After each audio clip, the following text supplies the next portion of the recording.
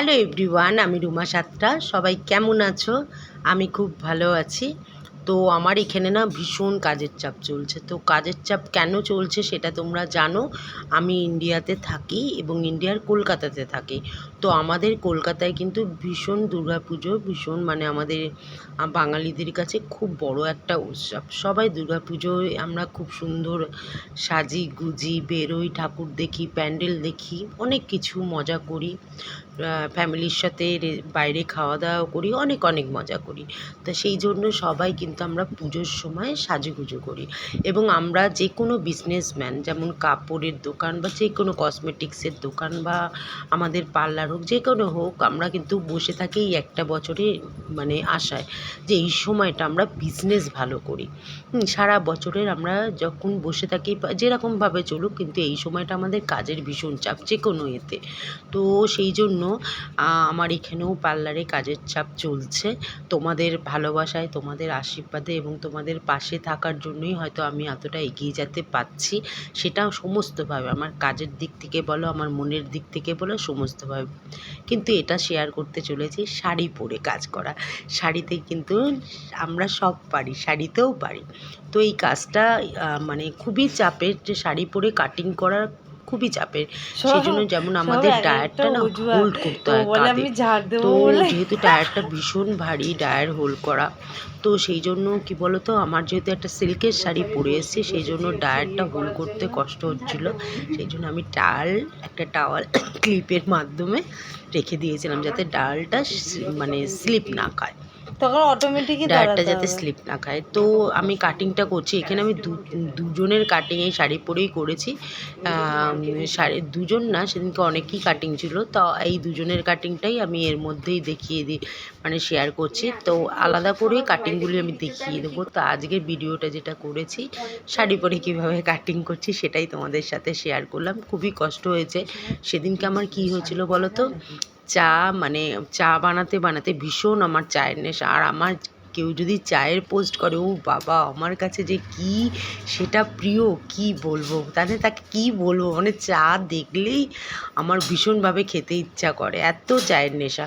তো আমি সকালবেলা চা করতে গেছি, চা করতে গিয়ে এবার যেহেতু পার্লারে আসি, একদিন তোমাদের আমি কিভাবে কি করে পার্লারে আসি সেটাও তোমাদের সাথে শেয়ার করব। তো আমি চাটা সেদিনকে, যাই হোক, আমি সেদিনকে চাটা করেছি। চাটা করে জাস্ট একটা মানে সসপ্যানের যে একটা ডান্ডা থাকে, ওটাতে হাত লেগে আমার চাটা পুরো পায়ে পড়ে গেছে।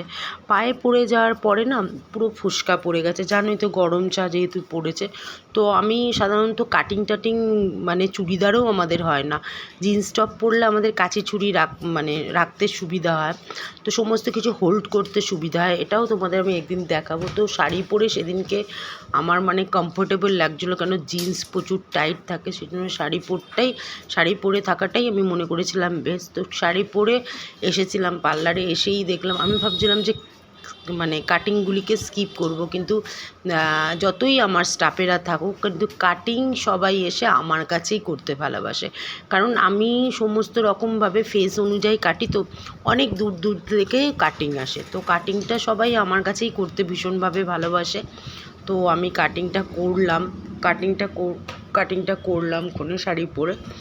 তো শাড়ি পরেও, তাও নিজেকে মনে মনে ভাবছিলাম, জানো তো, শাড়ি পরেও কাজ করা যায়। হয়তো আনইজি ফিল হয়, হয়তো যেহেতু আমাদের অভ্যাস হয়ে গেছে না চুড়িদার বা জিন্স টপ পরা আমাদের কাজের ভেতরে। হেয়ার ড্রেসাররা সাধারণত ফর্মাল শার্ট, জিন্স এরকমই পরে।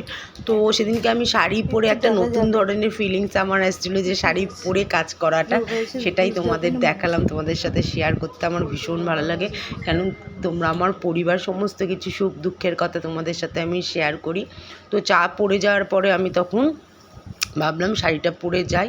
তো শাড়ি পরে গিয়েও যথারীতি আমাকে কাটিং করতে হয়েছে। একটু আনইজি ফিল হচ্ছিলো, সেটা তো বুঝতেই পারছো। একবারে মানে কি করব বুঝতে পারছি না, কীরকম একটা ব্যাপারটায় কীরকম আনইজি লাগছিলো। তারপর আমি কাটিংটা করলাম, দুখানা কাটিং দেখো এখানে আমি করেছি। এই ভিডিওর ভেতরে দুটো কাটিং করা আছে। তো একটা কাটিং আমি দেখাতে পেরেছি তোমাদের ফিনিশিং, আর একটা কাটিংয়ের ভিডিও আমি তোমাদের পরে দেখাচ্ছি। তো এই সময়টাই এই পুজোর সম্বন্ধেই বলছি, এই সময়টা আমাদের হেয়ার কাটিং, হেয়ারের উপরে কাজ, স্কিনের উপরের কাজটা কিছুদিন পরে স্টার্ট হয়। আগে না হেয়ারটা কাটিং করে নিতে হয়। তোমরা যারা যারা পুজো উপলক্ষে কাটিং করবে বা যারা কোনো অনুষ্ঠানে কাটিং করো, তাদের আমি বলবো কি যে তোমরা কাটিংটা না 15-20 দিন আগে কাটিংটা করবে। 15-20 দিন আগে কাটিংটা করলে কি হয় কি, 1/2 ইঞ্চি হলেও একটু হেয়ারটা বেড়ে সেই হেয়ারটা না সেট হয় খুব সুন্দর। সেই জন্য সবসময় কাটিং করতে হয় অনুষ্ঠানের, যে কোনো কাটিং তোমরা হেয়ারে কাটিং করবে অনুষ্ঠান আসার 15-20 দিন আগে বা 1 মাস আগে হলে তো খুবই ভালো হয়, কাটিংটা করে নেবে। কাটিংটা করলে ওই যে চুলটা সেটটা খুব ভালো হয়। তো আমি কাটিংটা করেছি, কাটিংটা করার পরে এর একদম মানে এই যে আমি যে কাটিংটা দেখালাম, আরেকটি বাচ্চা মেয়ের কাটিংটা তোমরা দেখলে একটু আগে, ওটা আমি কিভাবে কেটেছি ওটা তোমাদের দেখিয়েছি, কিন্তু কাটিংটা কীরকম হয়েছে সেটা আমি তোমাদের দেখাবো এই পরের ভিডিওতে, ঠিক আছে? থেকেও সাথে। আর এই যে কাটিংটা হয়েছে, এই কাটিংটা এই মেয়ের মানে ও সদ্য মানে বেশি দিন হয়নি ও মানে মা হয়েছে, তো ও লং হেয়ারটা রাখতে পারছিল না ভীষণভাবে। জানোই তো লং হেয়ার থাকলে তোমাকে ম্যানেজ করতে হয়, ওকে টাইম দিতে হয়। তো ওর হেয়ারটাও ফল হচ্ছিলো, যেহেতু ভীষণ মেডিসিন চলেছে, তো ও একটু শর্টের মধ্যেই কাটতে চেয়েছিলো এবং একটু বাউন্সিং লুক চেয়েছিলো। হেয়ারটা ভীষণভাবে হেয়ার ফল হচ্ছিলো ওর মেডিসিনের কারণে। তো আমি ওকে হেয়ারটা কেটে দিয়েছি ওর ফেস অনুযায়ী, ও যেমনটা চেয়েছিলো তার থেকে বেশি পেয়েছে আমার কাছ থেকে।